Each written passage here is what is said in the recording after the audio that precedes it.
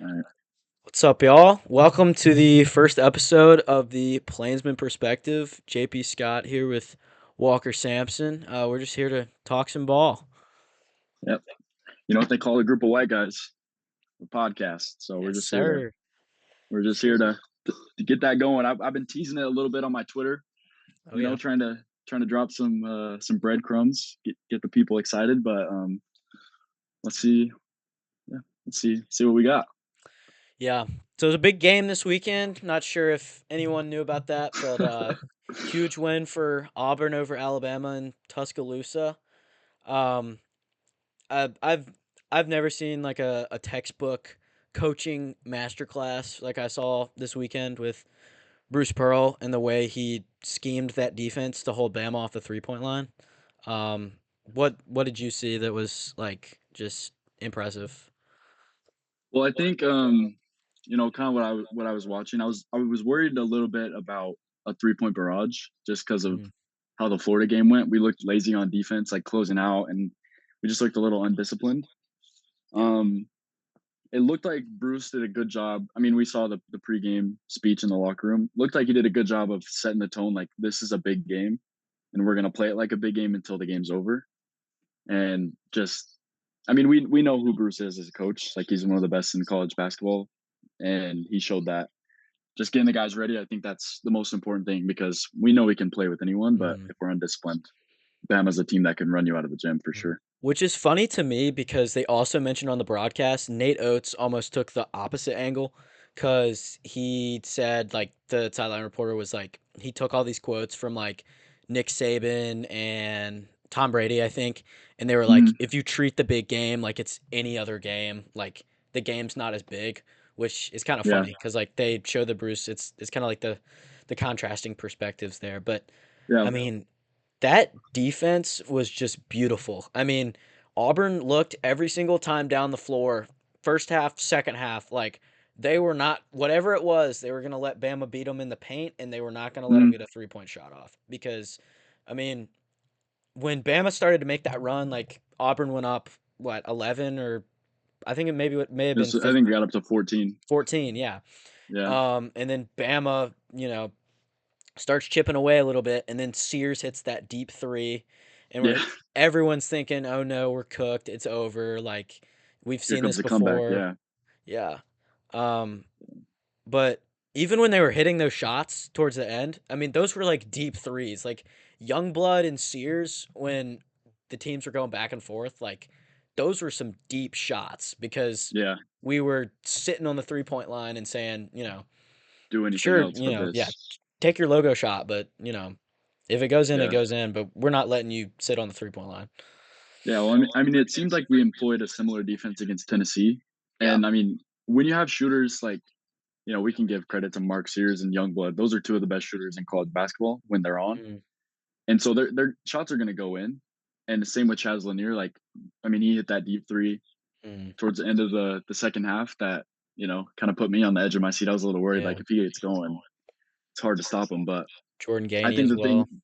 yeah, exactly. The thing with Bruce is that he knows that we have two of the best paint protectors in all of college basketball, and Chaney Johnson has also developed into a guy that can protect the rim because he's gotten rid of his tendency to reach in, which Hmm. is taken. And same with Tahad. Like the coaching, you can see from the beginning of the season, like just the trust that Bruce has in these guys to throw all of them on the court. I mean, 1 through 11 or 12, however many you think it might be. Like Bruce is just trusts all of his guys, and I think it's carried over into wins. And that Alabama game was a great example of like that's how Bruce coaches.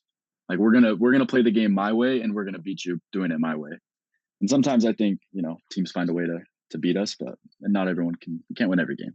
And it's very interesting you bring that up because last night I was watching the Mark Titus show, and they were talking about how like I think they're up in Ohio or something, but so they were kind of neutral, but they were talking about how Bama when they're at their worst, they almost seem robotic and they seem like they're just determined to play this system where it's, shoot a three, shoot a three, shoot a three. Like and Mhm. it's just like they just continued and continued and continued, and we just would not let them.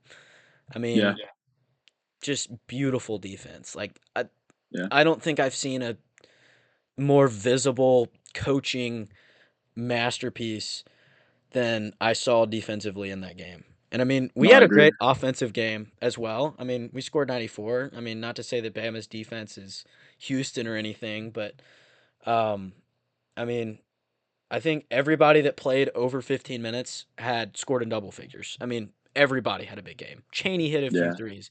Denver locked down Sears and hit those Denver's threes incredible. down the He's stretch, incredible. dude. Yeah. I know. He was trying to prove you wrong on those Yeah. shots.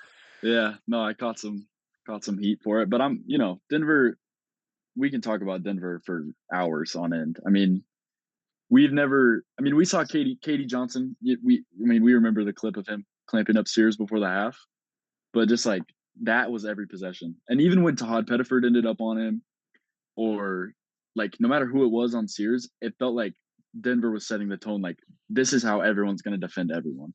Like he Yeah. is the centerpiece of everything that happens.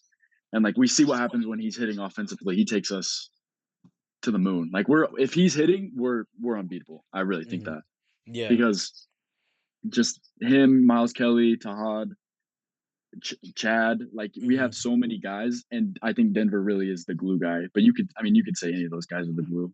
Yeah, I mean, And it doesn't matter. I mean, everybody's glue really when they wanna be. yeah, it's true. Um, And also like back to what you're saying about a coaching masterpiece. There's one thing that stuck out to me about Bruce Pearl that I've always kind of loved about Bruce Pearl is that he's very honest. Like he's not mhm. gonna sit there and lie to Sugarcoat anyone. things.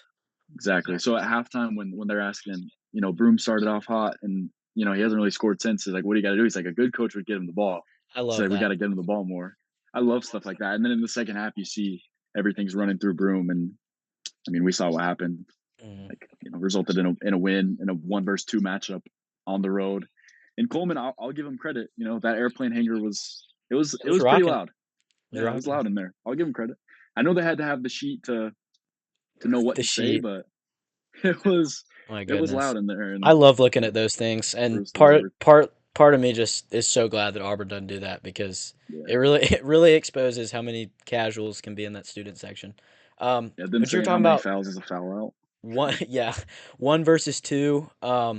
You were talking about, I mean, in Coleman, like, I mean, this like as itself, like 1 versus 2 doesn't come around very often. I mean, last Yeah, time it was a Final Four rematch between Chet Holmgren's Gonzaga team and UConn. I mean, not UConn, UCLA. yeah, A few years ago. And then in state, obviously, the last one was Bruce Pearl versus John Calipari, which is coming up in a few hours, actually. yeah. Funny enough, Now yeah, with two different teams. Um, but I mean, Jay Billis, like we have our, criticisms of him, but he definitely did a good job of just emphasizing like how big of a game this is. I mean, the yeah. fact that 1 versus 2, like the Iron Bowl is like a big rivalry, but the fact that it hasn't even happened in football and it's happening in basketball, like It's insane. crazy. And I know it feels good to be on the winning side of it, but like even if you're an Alabama fan, you have to sit back and just like respect like how far this state has come, like in its, you know, being committed to being excellent at basketball, like not just being a football school, Yeah, I mean which it's I think is crazy. great. When I grew up in Alabama, like Auburn basketball was not. I mean, no one cared about basketball like at Yeah. all. It wasn't a thing. It was football, football, football, and then in the off season it was like, all right, what if we just wait for football now, and we Yeah. flex whoever wins the Iron Bowl. Like they flex till the next football season, and then we see what happens in November. But now, I mean, obviously I'm not in Alabama, but just hearing from my cousins and even my grandpa, like I got to talk to my grandpa after the game and hearing him talk about like how crazy it was for him. He's like in his 70s. Hmm. He's like, he just couldn't believe it. Like, even, I mean, he was ecstatic that we won, obviously, but he's like, I just can't believe that that was even a game that like actually existed for the state because basketball. I think basketball is a great sport and it's easy to watch, and the fact that it's came to Alabama and now we're a basketball state is Hmm. just so crazy It's to me. beautiful.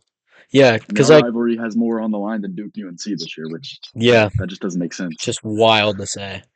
I Yeah, guess it's Duke and UNC's turn to be good at football now, I guess. Um, probably. I mean, they got Bill Belichick, so we'll see. yeah, See we'll what see. UNC does. But I mean, like from my perspective, like big Auburn family, but like huge Auburn basketball family. Like Yeah, even before like Bruce started to really get good. I mean, we went to more basketball games than we went to football games. Like, I yeah, mean, we've been season ticket holders for 40 years. Um, been a big part of, I mean, like I said, even before the Final Four and any of that. But like, it's so fun to see all these people because like we were crazy about it. Like, even when we were bottom half of the SEC to now, yeah, like we're a powerhouse and like everybody cares now, and it's like fun to share that with people. And especially fun to share those with the people that, like I was telling you the story before we started recording of my family going up to see Tony Barbie's team get blown out in hmm Madison Square Garden, and just like they were yeah, the only ones there, and now we've got all these witnesses that are taking over arenas. Like it's just yeah. Where crazy to you can see. hear the chants on TV. I mean, we Yeah, make a free throw and you can hear the AU chant, or yeah. something good happens, you hear it erupt. I mean, it's crazy. Or when all the Even fans are from leaving Coleman and Aiden Holloway airballs a three, and you can hear our fans chanting airball because everybody's gone. yeah, That was it's great. pretty amazing how far. Because I mean, I remember I had the privilege of getting to see the 2019 team live in the Oh yeah, tournament. that's right. When they played Kansas, and I remember like that was the first time in my life where like Auburn basketball was like this is real. Like there was Hmm. so many fans there that had traveled, and now it feels like to me when I was I was in middle school, that was like a big deal. Like, oh my gosh, all these fans are here. Like it's crazy. Hmm. Now it feels like if I went to a game and we didn't take over an arena, It'd be a I'd be a little shock. surprised. Yeah. Yeah, which that's just I mean we can shout out the players, we can shout out whoever we want, but that's just a testament to Bruce Pearl and like what he's done for our program and what he'll continue to do. I mean, even when he's not coaching, like his legacy that he's built will live on for a long time. I mean, I think Charles Barkley said some stuff about this, but he's always talked about how much Bruce Pearl has, built Auburn and how he's kind of like the perfect fit for, Yeah, what it means to be an Auburn man. I mean, I feel like amidst all this turmoil we've had in football between, all the Gus and Harson and, Freeze mess, like Bruce has always been there and has been one, supportive of whoever the football coach is, and two, just hmm like being a great advocate for Auburn. yeah, And definitely. that's just amazing to see. Um, but another thing that happened on Saturday was we got our first look at part of the bracket, the preview, so to speak, Yeah, of the bracket. And I don't remember off the top of my head who exactly we had. I can yeah, let's take a um, look. take a look at it, but I really liked Auburn's draw. And Yeah, I did obviously too. things will change. Like Conference tournament's definitely going to shake some things up, and we said that, and then Yale happened, but yeah, it's true.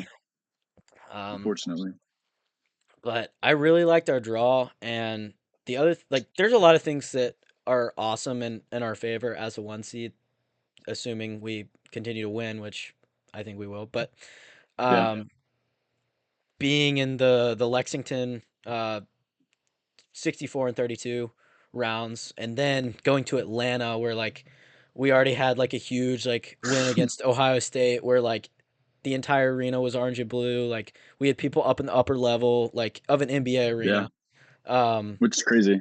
for the Elite 8 and the Sweet 16, which is like awesome.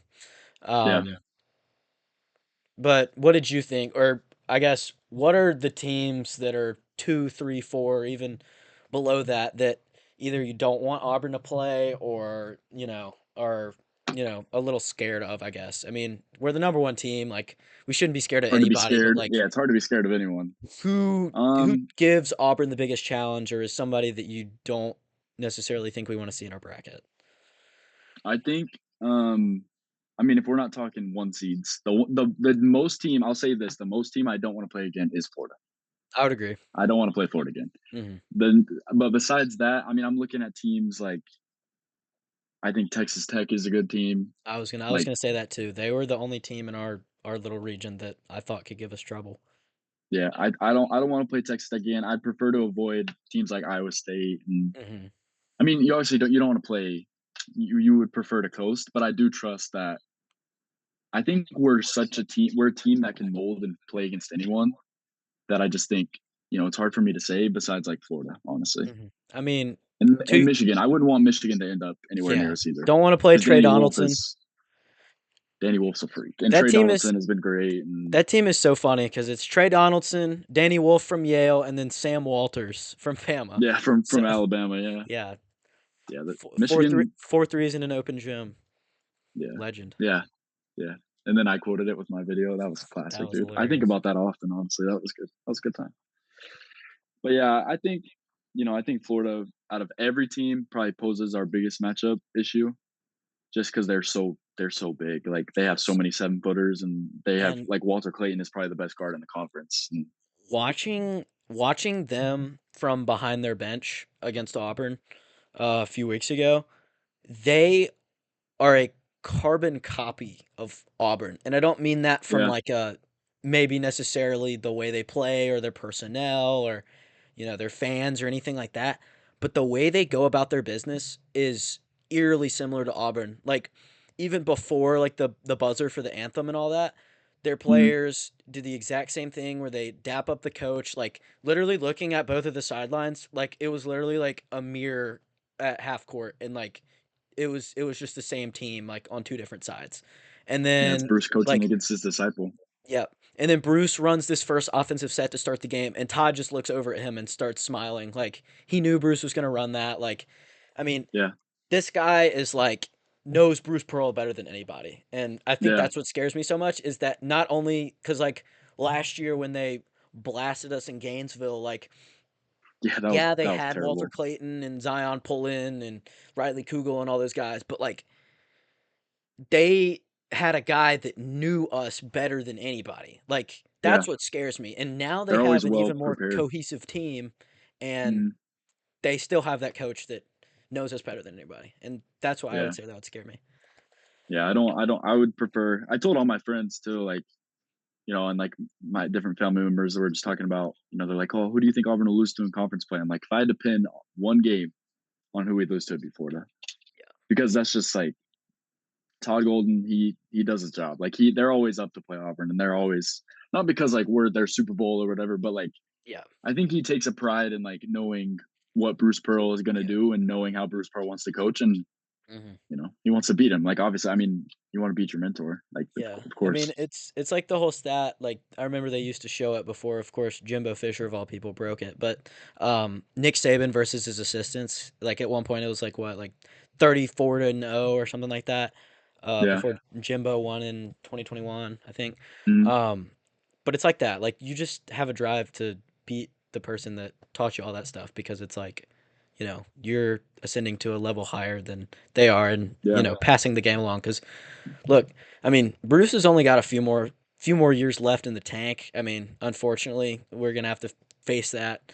Um, Yeah. heck, I don't want to jinx this, but say we win it all, like he could be gone. I mean, I would hate that, but you know, I mean, it's a real possibility. It's something that could definitely yeah. happen. I mean, But like Todd he's Golden's been gonna doing be it a long time. Todd Golden's gonna be running this conference for 30 years, man. I mean, Yeah. I think Guy's he's a the is monster. he still the youngest? I think he's the youngest coach in the league. Yeah, Um, he definitely is. I mean, as long as, none of that other scandal stuff pops up, I mean, he's going to be the face. There's no reason he should be in charge of whatever goes on. Yeah. Yeah. SEC's it's in a good spot basketball Yeah. wise. I mean, 3 of the top 4 seeds, like the top 1 seeds are SEC teams, which is just it's crazy. And they're not Kentucky, Yeah. Tennessee, and I That's mean what Bruce was Tennessee's saying is like first one yeah, versus two, and we're not in Rupp Arena or, the O'Connell Center. Like we're in we're at Tuscaloosa, Coleman. Alabama. Yeah. It's pretty crazy. It's pretty crazy Um, what the state of the SEC is, especially yeah. football fell off a little bit, and now basketball Yeah, is it the did. premier sport. Goodness. I mean, that's the other Yeah, crazy thing about Auburn is like not only are we 20 whatever and 2, but we're doing it in the hardest our conference has ever been, and probably the hardest of any conference in the history of the sport, which is like Yeah, seems like it's too many superlatives or whatever to be true, but like it it's true. statistically is, and Yeah, that's what's crazy. Um, yeah, but Memphis and UNC might make us lose a quad one win. Do you see that? They I did see that. wins on the bubble. Yeah, Hmm. ruining our resume. Speaking of resumes, player of the year race. I feel like we both come from different sides of the coin on this. I'm Team Janai Broom. If you can see my signed The jersey back signed jersey there back there. and Yeah, Twitter account, but what do you think would? Because right now Cooper Flag like is the Vegas favorite, right? And he yeah. right now he would probably win the award. What do you think needs to happen for Janai to walk away with that award? Well, I think, I mean, it's tough because he did miss games. Yeah.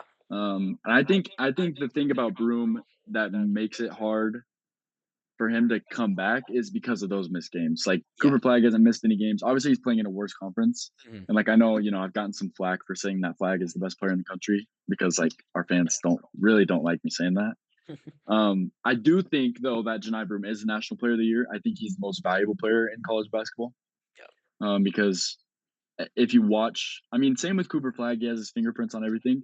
I don't think it's the same way that Janai Broom does Mm. because defensively he's our cornerstone. Offensively, he should be getting a touch every possession. I think that's Bruce's goal always Yeah. is to get Janai Broom a touch. And like you said, I mean, we're the best team in college basketball and one of the best conferences, if not the best conference of all time. Yeah. Looking at how good the SEC is, I think what has to happen is, I mean, I think Brew it's a little out of Broom's control at this point because Vegas, they Yeah. want they love Flag and rightfully so. He's an Mhm. incredible player, but I think Cooper just has have some bad games and Broom has to continue to do what he's been doing. And I think it's a little silly. Like, yes, I do believe that at the end of the day, it does have something to do with the name on the front of the jersey, but like Yeah, not as much as some people would believe. And yeah, that's why I think like people saying, "Oh, if this was Cooper Flag at Auburn and Janai Broom at Duke, like Janai Broom would win the award." Like, no, like I still think Cooper Flag's like hell of a player on his own. Like, yeah. I don't think it's completely Duke bias, but I don't know. I guess we'll see. I mean, I Um, think about Coop. The thing about Coop that people don't talk about enough, for me at least, because I'm a big fan of Cooper Flag. Like, he's one of my favorite players in college basketball. I've been very vocal about that, and people don't mhm, like that because I'm an Auburn fan. yeah, I love Janai Broom like a lot, and he's a great player. The thing I love, the thing about Cooper Flag that always like I've always liked about him, since like watching him in high school, he's been hyped up. He's supposed to be a senior in high school right now. yeah. He's what Ryan Williams Ryan was Williams, was at the beginning of the year. He's 17. supposed to be in. Well, he's not 17, Not but yet, you know what not I mean. anymore. He's supposed to be in high school, and he's out on the U.S. select team doing all these things, and it just I think This is like Twitter I, user JP Scott IV going out there and dropping 20 and 8. You yeah, know every single game. exactly. But and Broom is incredible Hmm. because Broom went from he was at Morehead State and no one really knew about him, and now he's at Auburn and he's the best college player in the country. Those are two different things from best NBA prospect. But I think Janai Broom, like what he has built, is incredibly impressive. But I just don't appreciate when people can't look at both angles and say, but Cooper Flag is supposed to be in high school and he's doing Yeah, this. Yeah, it's against ACC teams, but like he did it against us too. Like let's yeah. not forget that It's he a it was a headache. it's definitely a very complex argument. Oh, And 100%. it's coming down to one of the best player of the year races and hoops in a Yeah, definitely. good long time. It's been a We great got year for about college basketball. 5 minutes here. Let's just do some quick. We got game against Arkansas tonight on ESPN. Somehow, Bama Mizzou top 15 showdown gets moved to SEC Network. You hate to see it. Um, what do you think the keys to the game are? I'm gonna be honest. I really haven't watched a lot of Arkansas this year. I Mm, watched some of their game against Baylor, and mm, then watched most of the Kentucky game. I know Big Z has come on as of late. yeah. But who do you think? or what do you think is the key to slowing them down? I think we just play our. But I think if we just play our game, I don't think it's too much of a concern. I don't want to say that Arkansas is not a good team. They have a lot of good players, and I think they've really kind of molded together recently and have put together some impressive wins. Yeah. But I think if we just actually play our game and like are aggressive on offense and hustle on defense and like don't skip over the little things because we think that we're better than Arkansas, which we are better than Arkansas, but like I think if You we hear just that? You hear that, I'm Hogball? not We're better than Arkansas. we're better than Arkansas. I think I'm not too worried about anything that goes on with this game tonight as far as I mean, it's tough to be like, "Oh my gosh, we're playing Arkansas." Like, it's just like we don't really care. But I do think a big key is just let Broom do his thing. Just let him go to work and like take us wherever we need to go and defend the 3-point line, rebound, all the usuals. Check all the boxes that we need. I feel like on What are you What Twitter, are you thinking? it's like on Twitter, like during a football game when we're not doing well, which has been a lot lately. It's every single tweet on my timeline is give the ball to Jarquez Hunter. Yeah. That's the secret for basketball is give the ball to Janai Broom. Like when Mm, Kelly and Jones and Pettiford, like when they're not hitting, get the ball to four in the paint, and good good things things will happen. happen. And Cheney, we got to continue to feed Cheney because he has just been incredible. Like, I hope he comes back next year. I know there's like, I don't know if it's confirmed that he has another year. If he Yeah, does, he'll having definitely him be back back. will I think. be a treat because he Yeah. has been fantastic. I mean, he's really on like a Jalen Williams type of arc where it's like he's kind of been here and there, and then immediately he realizes, oh shoot, like I can be that guy, and Yeah, drops 20 against Vanderbilt, that was hits a that was bunch of amazing. insane threes against Bama. Um, I mean, love the guy. Points to the sky every time he hits a shot. Like he's such a His lovable player. dedication and his like, you can just tell when he gets on the court, like he is all business. He'll hit a big shot like that run he went on against Vandy, no Hmm. emotions. Yeah, He does that, and then he's in he's the locked huddle. in. Like, yeah, I love Cheney Johnson and like what he represents for this team, and I think he's a guy that come March is gonna be he's gonna be our secret that like no one's gonna be expecting. And I think Cheney the other Johnson, the other good part about I don't want to say easy because that's not that doesn't exist in the SEC, but an easier stretch compared to playing Bama on the road and playing a tough Vandy team on the road this week is I feel like getting the guys healthy is going to be the biggest key this week. Like yeah, obviously we definitely, need to win these games, but Chad Baker's been really banged up coming off the bench.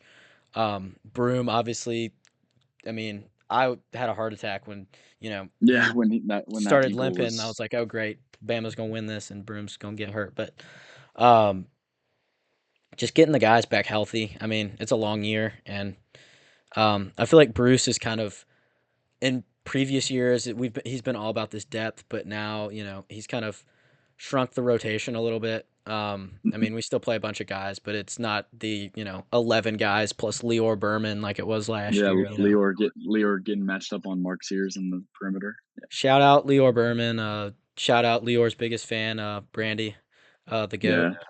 Yeah, yeah. Um, Shout out Brandy Mack. That's our Shout dog. out She Brandy loves Mac. Leo Go give Berman. her a follow if you're not following her already. What are you Which, doing? yeah, somehow Um, if you're not following her, she has like what yeah, 7K or something like that. yeah. But That's a yeah, goat. should be a fun game tonight. Thank y'all for tuning in to the first episode. We'll be back with these probably every week, every 2 times a week. We'll see Yeah, just how we'll our figure it schedule out. is. Yeah, Yeah, and then I'll make we'll have an Instagram. We got a Twitter that we're gonna get up and running. We'll get some clips out there, and we'll do some fun stuff. It should be a good time. And then when basketball season's over, we'll get ready for whatever's next. So sweet. thanks for tuning in, and Thanks for tuning hopefully you in, enjoyed it. War Eagle.